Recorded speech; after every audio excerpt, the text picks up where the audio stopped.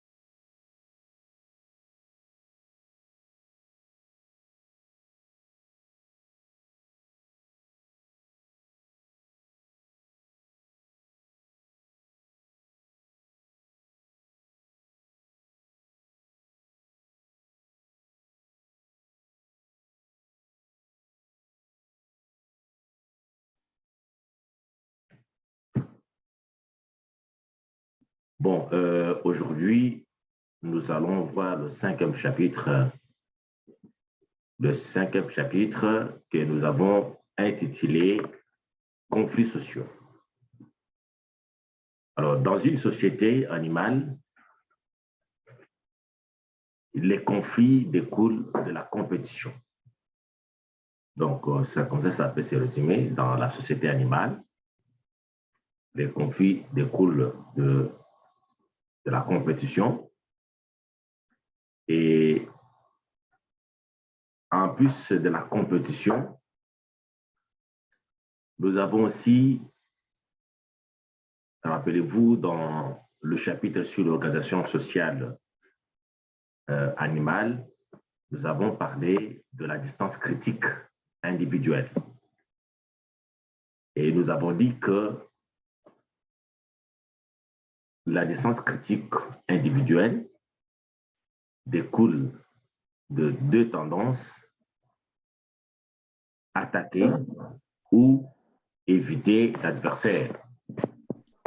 Et lorsqu'on viole le territoire de l'autre, c'est à ce moment-là qu'il y a généralement conflit. Et on peut violer le territoire de l'autre pour entrer en compétition pour la nourriture ou en compétition pour un site de nidification ou un abri. Et nous avons vu aussi que c'est cette distance critique individuelle qui est à l'origine de l'ordre et l'harmonie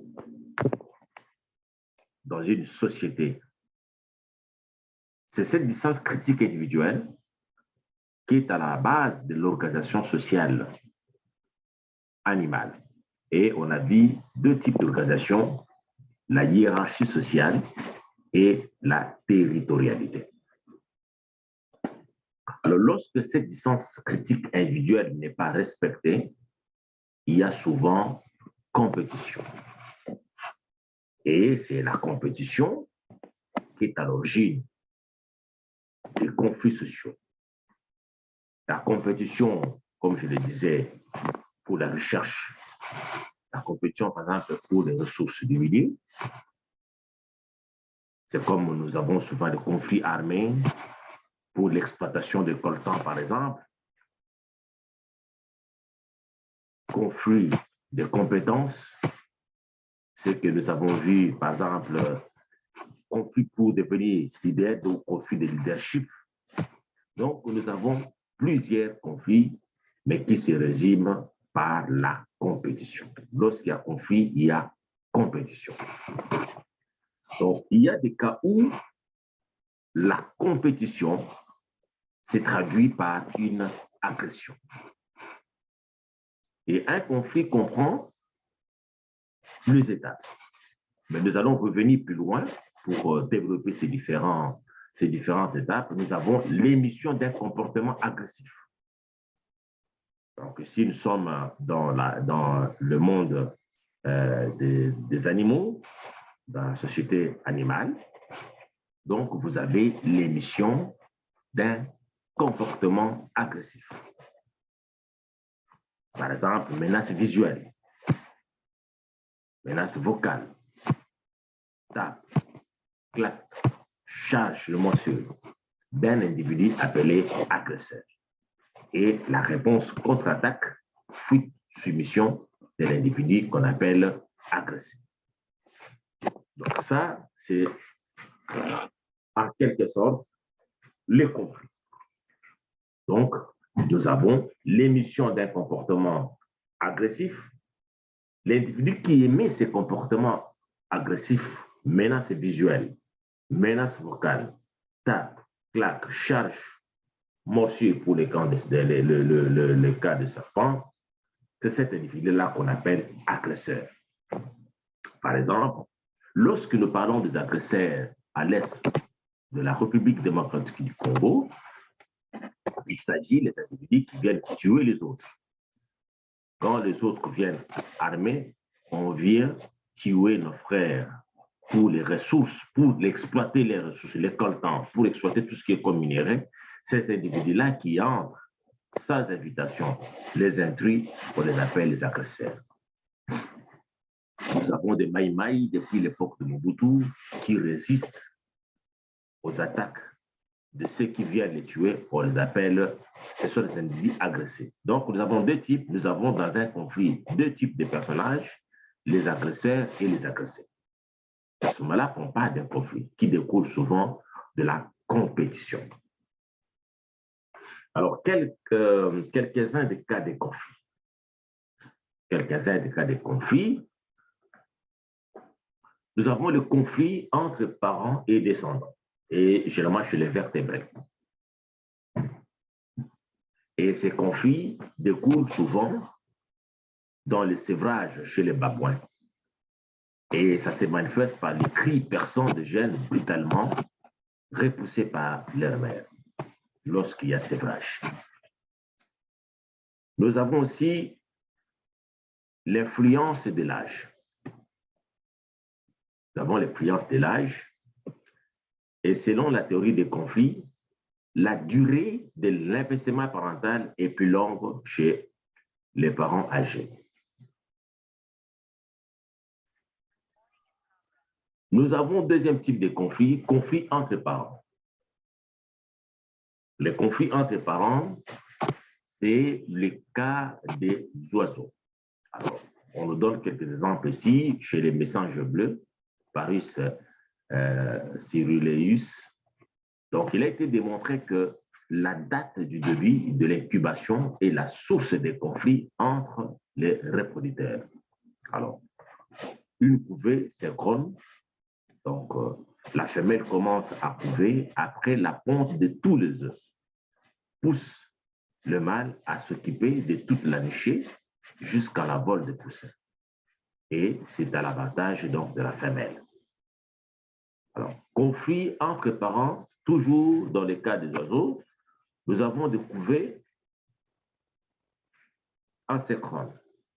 Dans le couvée asynchrone, la femelle commence à couver dès la ponte du premier œuf, allonger la durée de l'éclosion. Le mâle ne s'occupe pas que de gros oisillons, abandonne à la femelle la charge de nourrir les derniers poussins éclos. Et c'est à l'avantage donc du mâle. la date de début de l'incubation est donc la source des conflits entre les reproducteurs. Donc, d'un côté, il y a le mâle qui s'occupe, de l'autre côté, le mâle ne s'occupe pas. Et cette date de la période de début de l'incubation peut également devenir source d'un conflit. Donc, vous voyez, ça, ce sont quelques... Ici, nous sommes dans le monde animal et les origines ou le source de conflit, tout ça se résume au niveau de la compétition. Donc, ici, la période d'incubation. Le conflit chez les invertébrés. Nous avons, par exemple, chez les hyménoptères sociaux, les insectes. Alors, du point de vue physiologique, les membres d'une caste donnée sécrètent des phéromones anti-caste, phéromones anti-roi, anti-reine, anti-soldat. Ça, c'est aussi une source de conflit. Parce que, imaginez, tout individu dans une société veut devenir roi, reine, mais il y a d'autres qui sécrètent des phéromones qui inhibent, n'est-ce pas, qui inhibent cette croissance vers le développement d'une reine ou d'un roi. Et cela peut également, chez ces invertébrés, être source d'un conflit. Alors, sur le plan génétique, les ouvrières de certaines espèces ont des ovaires fonctionnels, donc capables de pondre des œufs haploïdes. Donc, les œufs haploïdes donnant par la suite des mâles surmères, autres que ceux produits par la reine. Vous avez les cas de fourmis d'Argentine, qui contrôlent les sextrations par un signal hormonal. Donc, le fait de contrôler, c'est là qu'ils sont contrôlés, ça peut aussi agender les conflits. C'est aussi une source de conflits chez les invertébrés. Chez les abeilles, à miel, Apis mellifera, les ouvriers éliminent les œufs pondus par leurs sœurs. Il a été démontré que les œufs pondus par la reine sont porteurs d'une sécrétion produite par la glande du four inexistante chez les ouvrières. Cette sécrétion protège ainsi les œufs de la reine du comportement ophagique des ouvriers. Ophagique, c'est les ouvriers, il y a des cas où les ouvriers se nourrissent des œufs de la reine. Ainsi donc, avec cette sécrétion, ça protège donc les œufs. Et c'est aussi une source de conflit qui évite aussi la compétition pour les œufs. C'est aussi une source de conflit. Parce qu'incapable de se nourrir des œufs de la reine, ça peut agender aussi le conflit. Alors, en termes de succès reproducteur, les conflits génétiques reposent sur le fait que chaque individu cherche à maximiser à la fois son aptitude individuelle et son aptitude globale. C'est ça les problèmes des conflits. Donc, en termes génétiques,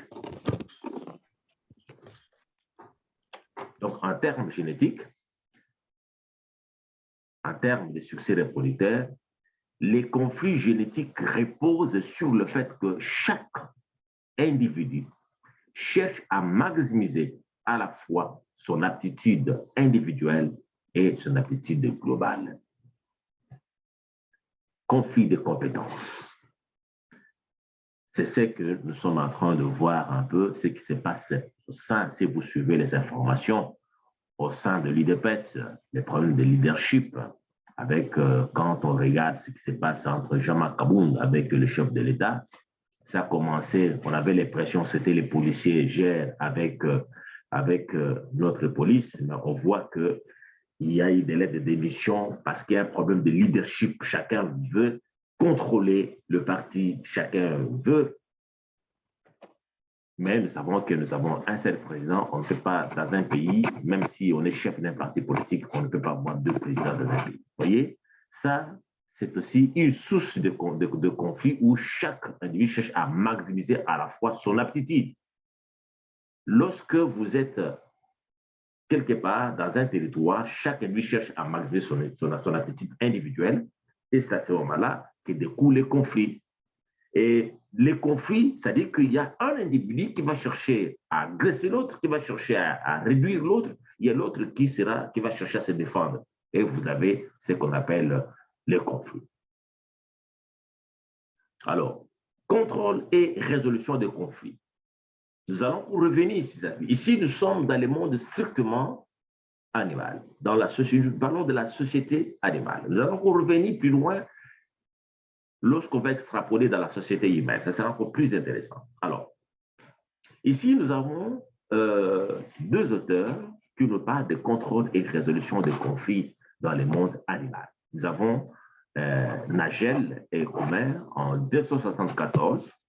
Ils ont démontré que chez les singes cercopithecinae, qui sont le plus agressifs des primates, suivant, on évalue donc cette agressivité, on évalue l'agressivité, parce que lorsqu'on dit les plus agressifs, on pèse bien les mots, c'est-à-dire qu'on évalue en fonction de la fréquence ou des fréquences d'agression, ont des sociétés les plus clairement organisées. La conséquence de l'agression est d'établir la hiérarchie. Donc, la conséquence de l'agression dans cette société de singes, Nagel et Kumar, en 1974, ont démontré que ils ont démontré que l'agression avait pour objectif, c'est grâce à l'agression qu'il y avait la hiérarchie dans cette société. Rappelez-vous, nous avons dit la distance critique individuelle découle de l'attaque et évitement de l'adversaire. Attaque ou éviter. C'est ça qui est à la base de l'ordre et l'harmonie. L'ordre et l'harmonie sont deux supports de l'organisation d'une société. Nous avons vu ça. Donc, plus il y a des attaques, plus il y a l'agression, plus il y a la hiérarchie est établie dans une société. Ici, nous sommes chez les cercopithècidae. L'agression est l'expression de la compétition. L'agression est l'expression de la compétition. Lorsque vous êtes en face d'un individu très agressif, cela veut dire qu'il veut imposer sa façon de voir. Et nous allons voir pourquoi. Nous allons voir l'origine de l'agressivité. Nous allons voir les différentes étapes dans l'escalade des conflits. Comment est-ce qu'on arrive à l'agressivité, à la violence? Ça, nous allons voir les différentes étapes. Il y a deux auteurs qui vont nous parler de l'escalade des conflits et de l'escalade du conflit. On va voir ça plus loin.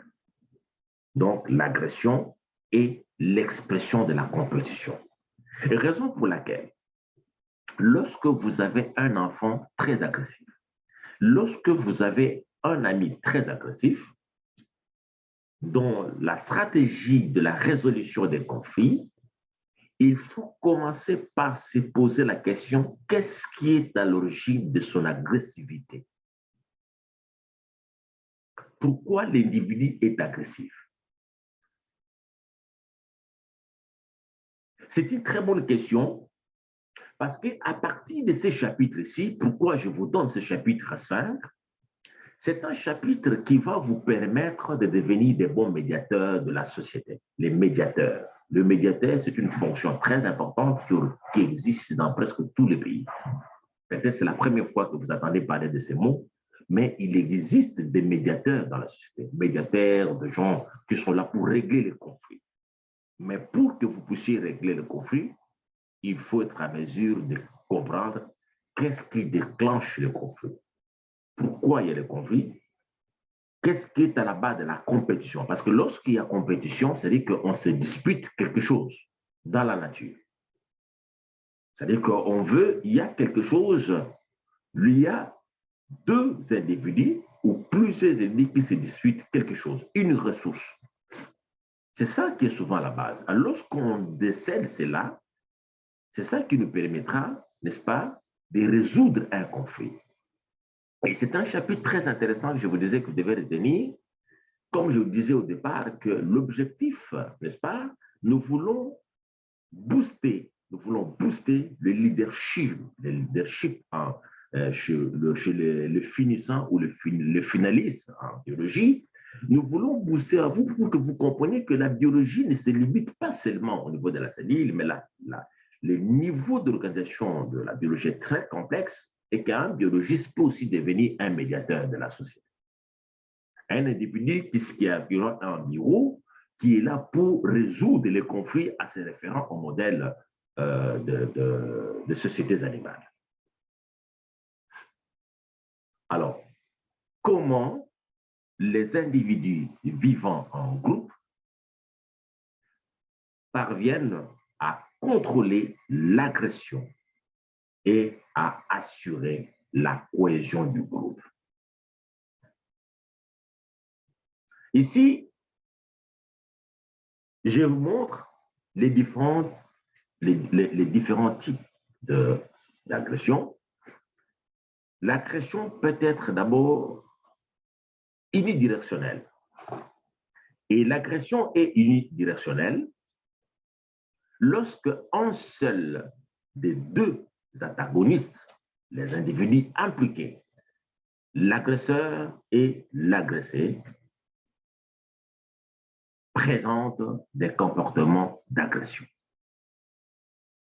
Là, on parle de l'agression unidirectionnelle. Et ça, c'est très important. Vous, en tant que médiateur, pour résoudre un problème de la compétition, pour résoudre un conflit, la première démarche, c'est de savoir qu'est-ce qui est à la base de la compétition, parce que c'est la compétition qui est à la base de l'agression, des conflits, et il s'agit de quel type de conflit. Ça, c'est très important. Il s'agit de quel type de conflit, il s'agit de quel type d'agression. Est-ce que l'agression se fait des deux côtés ou l'agression se fait d'un côté? Ça, c'est déjà très important. Qui est l'agresseur? Qui est agressé? Alors, c'est comme nous disons que s'il y a premier type, on peut avoir l'agression. Donc, lorsque on a un seul des deux antagonistes présente des comportements d'agression, là, on dit qu'on parle de l'agression unidirectionnelle. Alors, comment les individus vivant en groupe parviennent à contrôler l'agression et assurer la cohésion du groupe social? Évidemment, comme vous voyez cette image ici, dans les cas unidirectionnels, ça signifie que l'autre qui n'est pas agressif, l'autre qui ne présente pas les comportements d'agression doit avoir la maîtrise de soi.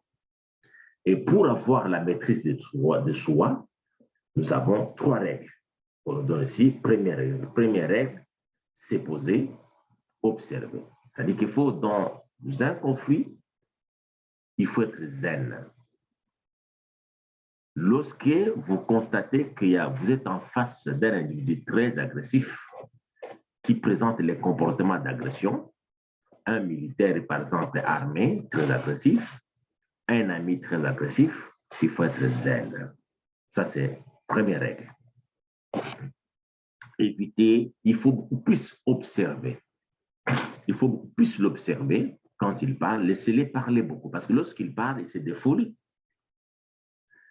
il diminue sa charge émotionnelle. Lorsqu'il parle beaucoup, il diminue sa charge émotionnelle et écoutez-les. Écoutez-les, observez, c'est poser. Ça, c'est la première règle pour que l'agression soit unidirectionnelle. Première règle aussi, des stratégies pour résoudre les conflits. Deuxième règle, posez-vous un petit défi. Vous posez un petit défi, c'est-à-dire que vous dites, voilà, il peut beau parler, moi je ne réagis pas, je ne réponds pas, je l'écoute. Je l'écoute, je ne réagis pas. C'est un défi. Si vous avez l'habitude de parler, vous pouvez vous taire, vous observez, vous taisez, vous dites, écoute, je ne peux pas arriver, moi, je ne peux pas présenter, je ne peux pas être aussi agressif, je ne peux pas réagir comme lui. C'est un défi, un tout petit défi. Et enfin, la troisième règle, relaxez-vous et respirez. Il faut vous relaxer, il faut respirer profondément pour diminuer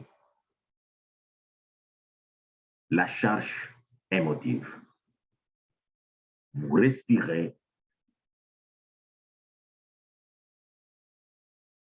profondément, vous relaxez pour diminuer la charge émotive. Ça, ce sont les trois règles dans les cas d'une agression unidirectionnelle. Dans le cas d'une agression unidirectionnelle, c'est de cette façon-là que vous pouvez réagir. Première règle, c'est poser, observer. Posez-vous un petit défi. Par exemple, je prends la décision de ne pas réagir. J'observe un militaire qui vous menace avec son arme. Il veut, par exemple, il dit, mais je peux te faire du mal.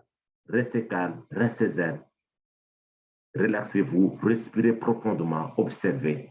Et vous allez voir que la personne va crier. C'est comme un lion. Quand vous êtes en face d'un lion qui veut vous manger, fixez les yeux, regardez les yeux, soyez relax. Et vous allez voir que vous pouvez calmer la situation. Et de cette façon-là, avec toutes ces théories qu'on vous donne, c'est de cette façon-là que les gens qui vous observent vont dire, ah, mais cette personne-là, c'est vraiment un intellectuel, il n'a pas agi avec brutalité, regarde ces voix-là qu'il insulte. Et ce sont les autres personnes qui vont vous défendre, parce qu'à ce moment-là, votre maîtrise de soi fera que finalement, les gens vous respectent. Les gens vont vous respecter et vous allez voir que la personne aura honte et vous serez vainqueur dans cette agression. Voilà, ici, ça c'est une agression bidirectionnelle. Je crois que ces images ont circulé sur les réseaux sociaux. Vous voyez, nous avons la police nationale qui brutalise un garde républicain. Nous avons contre-attaque des gardes républicains chez Jama Kabound. Ça, c'est un exemple que j'ai pris pour vous montrer que, comme je vous disais au départ, que nous sommes dans la société. Je ne sais pas si vous voyez, vous avez vu ces images ici. Ça, c'est sûr que vous avez vu ça. Ça, c'est une agression bidirectionnelle. Nous avons les policiers qui menacent un garde républicain. Ici, nous sommes chez Jama Kabound. Et nous avons contre-attaque des GER chez Kabound qui vient détruire. Donc, nous avons une agression bidirectionnelle ou symétrique quand l'agressé gère contre-attaque l'agresseur policier. Ça, c'est une agression, un cas flagrant d'une agression bidirectionnelle. L'agressé contre-attaque. Dans le premier cas, l'agressé ne contre-attaque pas, on est zen, et pour arriver à l'agression unidirectionnelle, on a vu trois étapes. C'est poser, observer, c'est donner un défi, et nous avons vu comme troisième étape, c'était relaxer et respirer profondément. Alors, quand vous observez, comme je disais, que à la base de chaque conflit, il y a un problème, rappelez-vous, ça c'est très important, la distance critique individuelle. Retenez bien ce concept, distance critique individuelle. Nous avons dit que la distance critique individuelle découle de l'attaque ou de l'évitement. Et c'est cette distance critique-là qui est à la base de l'ordre et l'harmonie dans une société. Lorsqu'on réduit cette distance critique individuelle, on arrive à un conflit, soit à l'agression. Selon ce que nous avons appris, il semble que ces policiers, ces militaires avaient pris le sens unique. Et il s'est croisé avec les cortèges du premier vice-président du Parlement. Apprenant le sens unique, il a créé l'embouteillage. Et lorsqu'il a créé l'embouteillage, les policiers, les gardes de M. Jean-Marc Kabound n'étaient pas contents et ils ont cherché à... Alors, première heure, le militaire est sorti dans sa zone du respect ou la zone du confort, non-respect des principes. Lorsqu'on va pour sens unique, on est déjà dans la zone de non-respect des principes. On sort dans sa zone du confort. Par conséquent, on diminue sa distance critique individuelle, la zone du respect. Ça, c'est une erreur. C'est une erreur. Lorsqu'on sort dans la zone du confort, ça crée les conflits et les conflits qui peuvent aller jusqu'à l'agression tel que nous avons le cas que nous observons aujourd'hui. Évidemment, il semble qu'il y a eu des antécédents. Lorsqu'il y a des antécédents, c'est-à-dire qu'il s'agit de gens qui ne respectent pas le texte, qui ne respectent pas les consignes, le principe, parce que nous avons le texte qui régit le GER, nous avons aussi le texte qui régit la police. Alors, lorsqu'on sort en dehors du texte, c'est à ce moment-là qu'il se pose des problèmes. Premièrement, on ne peut pas prendre sens unique, ça c'est vrai, mais qui peut réglementer la circulation routière? Je ne pense pas que ce sont les gars du corps de M. Jean-Marc Kabound qui devaient faire ce travail-là. Ce sont des policiers, bien sûr, mais ils sont aussi sortis de zone de confort. Dans la zone du respect, en brutalisant ces policiers, parce que nous avons les gens spécialisés pour cela. Parce que ce sont des policiers, mais ce ne sont pas des policiers ce ne sont pas des polices routières. Ce ne sont pas des polices routières. Donc, vous voyez, nous avons un problème de texte. Ici, il s'agit d'un conflit de compétences. Règlement des comptes sous conflit de compétences. Conflit de compétences qui arrive jusqu'au niveau de l'agression. Agression bidirectionnelle. Donc, le policier, comme la garde républicaine, tous sont sortis dans leur zone de confort, la zone du respect. Lorsqu'on sort dans la zone du confort, c'est à ce moment qu'il y a des conflits. Lorsque vous restez dans la zone de confort, lorsque vous maintenez votre distance critique individuelle avec les autres, là, vous aurez moins d'ennuis. Là, vous n'aurez pas beaucoup d'ennuis dans la société. Donc, il faut tout faire, toujours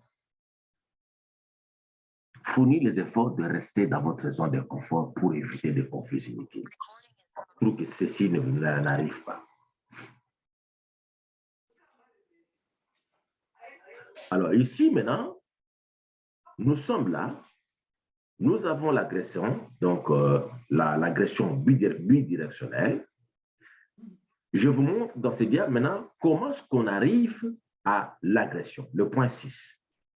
Parce que pour qu'on arrive à ce que nous avons observé, cet incident malheureux que nous avons observé entre les policiers de la garde du premier vice-président avec la garde républicaine du président de la République, pour qu'on arrive à l'agressivité, nous sommes allés du point 1 au point 6. Et ça, c'est selon les médiateurs, c'est un médiateur Jacques Salzer qui nous montre les différentes étapes pour arriver à aboutir à un conflit, n'importe quel conflit. Ici, nous sommes dans ce cas, c'est un exemple que je vous donne parce que c'est l'information à la une. On a vu, au final, le vice-président, il semble qu'il a présenté sa démission au Parlement suite à cette escalade de conflits. Il a présenté sa démission. Mais en plus de ce qui se passe dans l'UDPS, le parti présidentiel, chacun de nous a connu un conflit. Le conflit, n'importe quel conflit, selon le médiateur Jacques Salzer, n'importe quel conflit commence toujours par un problème. Tout conflit commence toujours par un problème. N'importe quel conflit. Tout conflit commence par un problème. Et après les problèmes, nous avons l'incompréhension, nous avons les désaccords. Et dans les accords, pour passer des désaccords au conflit, il y a les étapes que nous allons développer. Nous avons la violence qui arrive. Enfin, nous avons l'agressivité. Donc ça, ce sont les étapes que nous allons essayer de développer et essayer d'expliquer, parce que lorsqu'on veut faire la médiation, comme nous indique Jacques Salzer, il faut absolument connaître chaque étape. Il faut absolument trouver la réponse à chaque étape.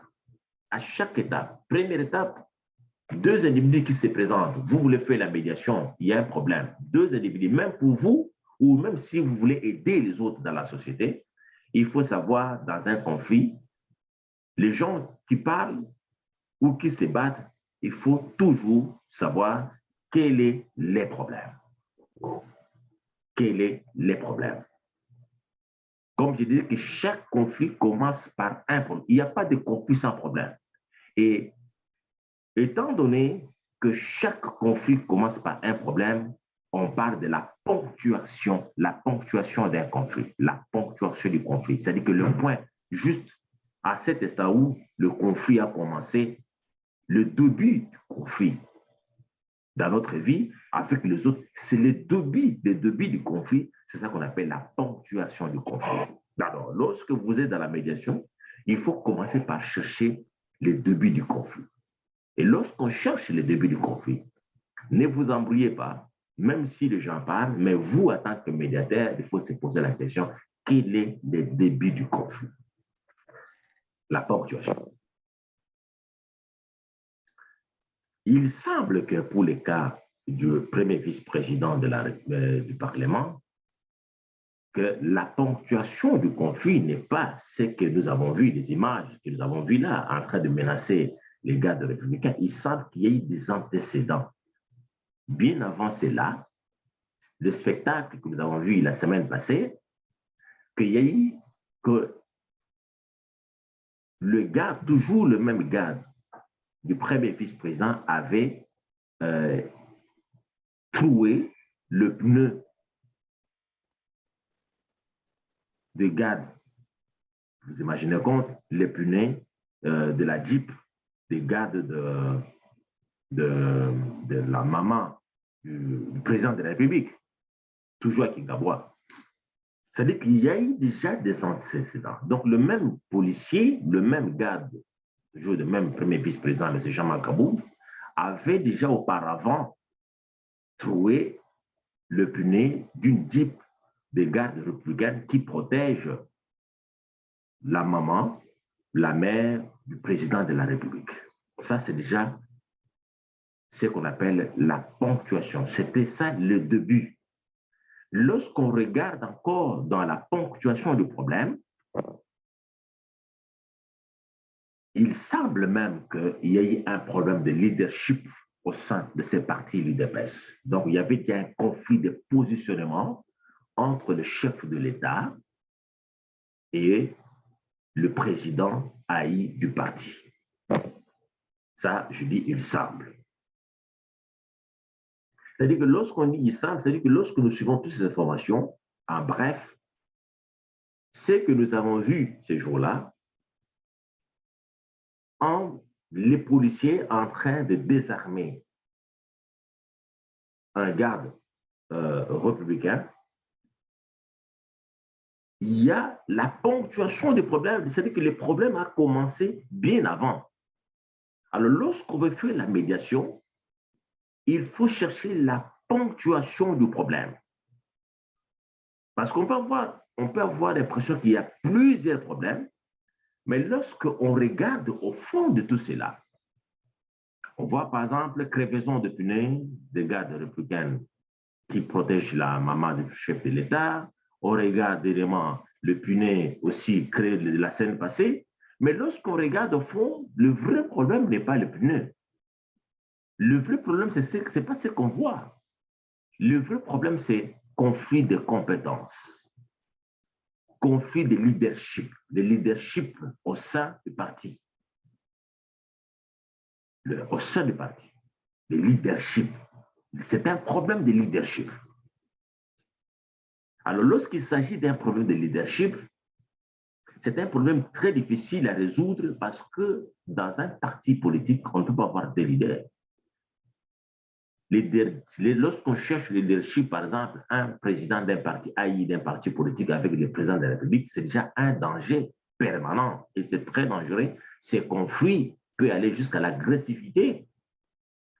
C'est une sorte d'insécurité qu'on met le chef de l'État lorsqu'il s'agit de conflits de compétences avec le chef de l'État, qui est le chef, qui n'est plus le chef, le président de l'UDPS, mais lui, c'est le chef de la nation, avec son parti politique où on cherche le leadership. Ça devient déjà un problème très dangereux, mais qui se traduit avec tout ce qu'on voit, crevaison de punaises ici, mais au fond, c'est un problème. Et là, ce qu'on cherche, le vrai problème, c'est ça qu'on appelle la ponctuation du problème. Donc, première chose, les débuts. Dans l'escalade d'un conflit, il y a le début du problème qu'on appelle la ponctuation du problème. Lorsqu'il y a un problème, il y a de l'incompréhension. L'incompréhension découle de la mauvaise communication. Lorsque les individus ne se comprennent pas, c'est ce qu'on appelle souvent le dialogue dessous, le langage dessous. On ne s'attend pas. Tout le monde veut faire passer son point de vue. Tout le monde croit avoir raison. La communication n'est pas bonne.